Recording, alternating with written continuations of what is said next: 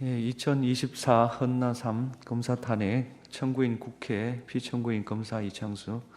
이 사건은 피청구인이 직무집행에 있어 헌법이나 법률을 위반했는지 파면 결정을 선고할 것인지 여부에 관한 것입니다. 이 사건은 국회의 탄핵소추안 의결 과정에서 필요한 법정 절차가 준수되었고, 이 사건 탄핵소추의 주요한 목적은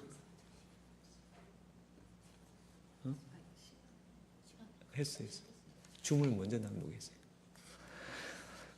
주요한 목적은 헌법을 수호하기 위한 것으로서 부수적으로 정치적 동기가 내포되었다 하더라도 탄핵소추권이 남용되었다고 단정할 수 없습니다. 또한 이 사건 소추 의결서는 심판 대상을 확정할 수 있을 정도의 사실관계가 구체적으로 기재되어 있습니다. 탄핵소추 사유가 특정되지 않았다고 볼 수 없습니다. 피청구인이 도이치모터스 사건에서 김건희에 대한 수사 과정과 관련하여 헌법과 법률을 위반했는지 여부에 관하여 보겠습니다. 피청구인은 서울중앙지방검찰청 검사장으로 도이치모터스 사건을 담당하는 수사팀을 지휘 감독하였습니다. 수사팀은 비공개로 김건희를 조사하고 불기소 처분을 하였는데, 그 과정에서 수사심의위원회의 심의를 거치지 않았습니다.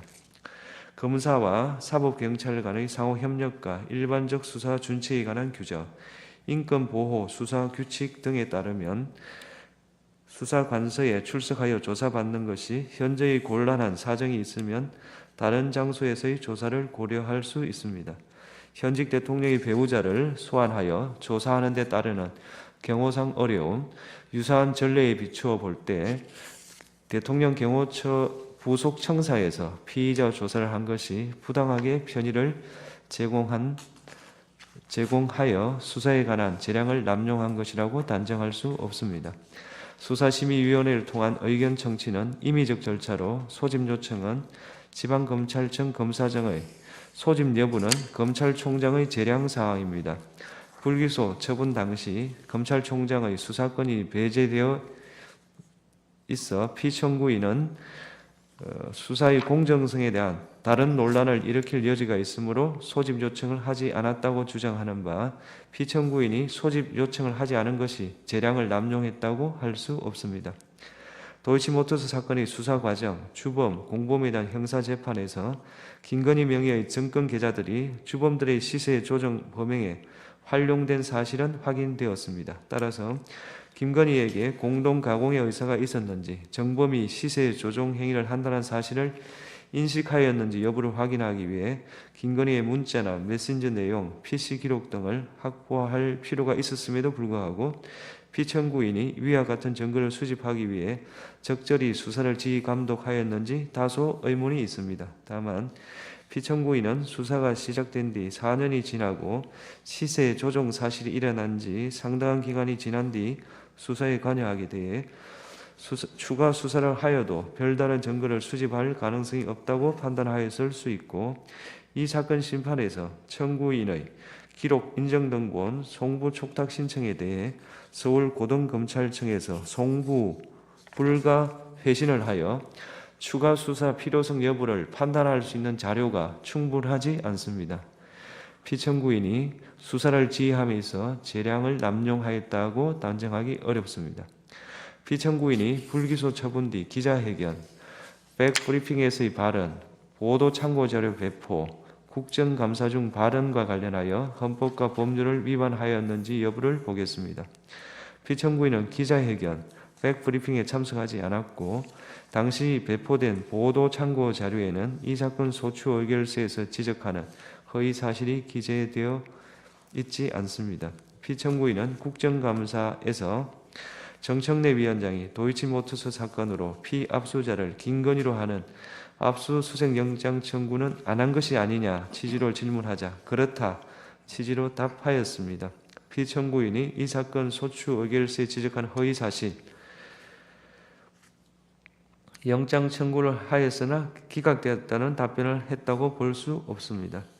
피청구인이 당시 이 사건 수사팀이 코바나 컨텐츠 협찬 뇌물수수 의혹 사건, 도이치모터스 사건을 같이 수사했다고 발언한 것은 수사팀이 2020년 11월 5일 코바나 사건을 배당받았고 도이치모터스 사건은 코바나 사건에 관한 김건희의 휴대전화, PC 등을 대상으로 한 영장 청구 직후인 2020년 11월 25일 수사팀으로 재배당되었으므로 허위사실이라고 단정하기 어렵습니다.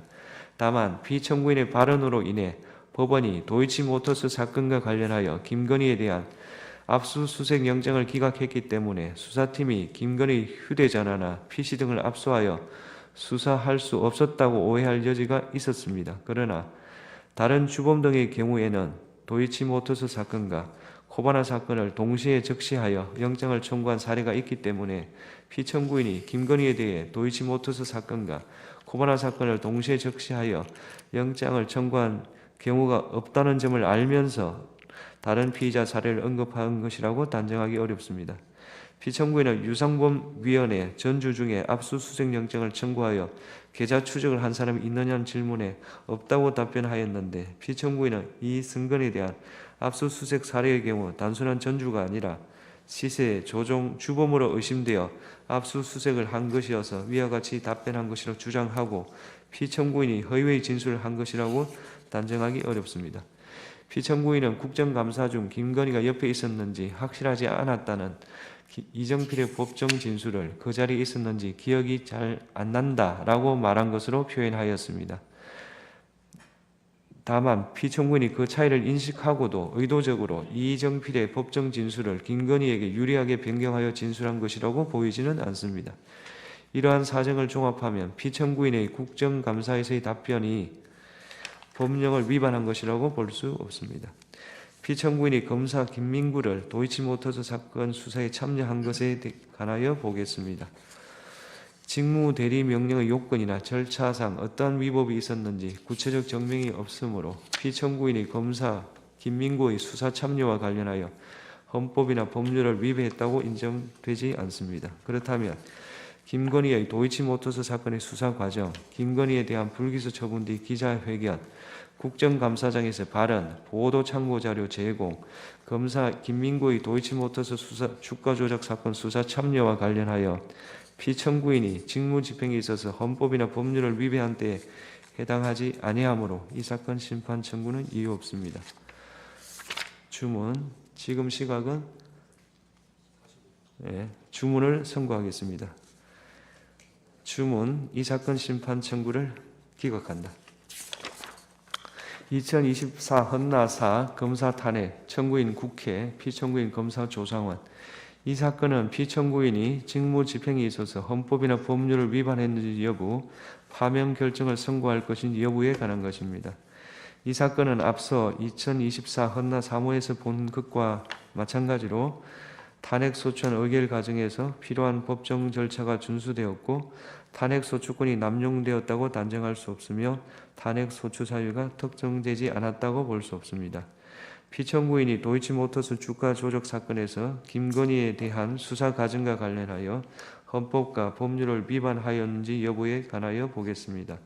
피청구인은 서울중앙지방검찰청 4차장 검사로서 김건희의 도이치모터스 주가 조작 사건을 담당하는 수사팀을 지감독하였습니다. 2024 헌나 3호 사건에서 살핀 바와 같이 피의자를 대통령 경호처 부속 청사에서 조사를 한 것이 부당하게 편의를 제공한 것은 아니어서 피청구인이 수사에 관한 재량을 남용한 것이라고 단정할 수 없습니다. 피청구인은 수사심의위원회 소집 요청이나 소집을 할 권한이 없으므로 수사심의위원회의 의견 청취를 거치지 않은 것이 피청구인의 재량 남용이라고 할 수 없습니다. 피청구인이 증거를 수집하기 위해서 적절히 수사를 지휘 감독하였는지 다소 의문이 있습니다. 다만 피청구인은 시세 조정 시기 수사가 시작된 뒤 상당한 기간이 지나 수사에 관여하였고 이 사건 심판에서 추가 수사 필요성 여부를 판단할 수 있는 자료가 충분하지 않으므로 피청구인이 재량을 남용하였다고 단정하기 어렵습니다. 피청구인이 불기소 처분 뒤 기자회견, 백브리핑에서 발언, 보도 참고 자료 배포, 국정감사 중의 발언과 관련하여 헌법과 법률을 위반하였는지 여부를 보겠습니다. 2024년 10월 17일 기자회견, 백브리핑에서 이 사건 소추 의결서에 지적하는 발언을 한 것은 피청구인이 아니며 당시 배포된 보도 참고 자료에는 이 사건 소추 의결서에서 지적하는 허위 사실이 기재되어 있지 않습니다. 2024년 10월 18일 국정감사에서 발언은 이창수가 하였고 피청구인은 발언하지 않았습니다. 피청구인이 기자회견, 백브리핑, 국정감사 중 허위사실을 말하였다는 소추 사유는 인정되지 않습니다. 따라서 김건희의 도이치모터스 사건의 수사 과정, 김건희에 대한 불기소 처분 뒤 기자회견, 국정감사장에서 발언, 보도 참고자료 제공 관련해서 피청구인이 직무집행에 있어서 헌법이나 법률을 위반한 때에 해당한다고 인정되지 않으므로 이 사건 심판 청구는 이유 없습니다. 선고 시각은 주문을 선고하겠습니다. 이 사건 심판 청구를 기각한다. 2024 헌나 5호 검사 탄핵 청구인 국회 피청구인 검사 최재훈 이 사건은 직무 집행에 있어서 헌법이나 법률을 위반했는지 파면 결정을 선고할 것인지 여부에 관한 것입니다. 이 사건은 앞서 2024 헌나 3호에서 본 바와 같이 탄핵소추안 의결 과정에서 필요한 법정 절차가 준수되었고 탄핵소추권이 남용되었다고 단정할 수 없으며 탄핵소추 사유가 특정되지 않았다고 볼 수 없습니다. 피청구인이 도이치모터스 주가 조작 사건에서 김건희에 대한 수사 과정과 관련하여 헌법과 법률을 위반하였는지 여부에 관하여 보겠습니다. 피청구인은 도이치모터스 사건의 수사팀 부장검사로 임명되었습니다. 2024 헌나 3 사건에서 살핀 것과 같이 피의자를 대통령 경호처 부속 청사에서 조사를 한 것이 부당하게 편의를 제공한 것은 아니어서 피청구인이 수사에 관한 재량을 남용한 것이라고 단정할 수 없습니다. 피청구인은 수사심의위원회 소집 요청이나 소집을 할 권한이 없습니다.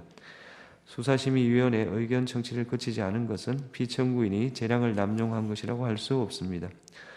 피청구인이 이와 같은 증거를 수집하기 위해 적절히 수사를 하였는지 다수 의문이 있습니다. 다만 피청구인은 시세 조정 시기 수사가 시작된 뒤 상당한 기간이 지나 수사에 관여하였고 이 사건 심판에서 추가 수사 필요성 여부를 판단할 수 있는 자료가 충분하지 않으므로 피청구인이 재량을 남용하였다고 단정하기 어렵습니다.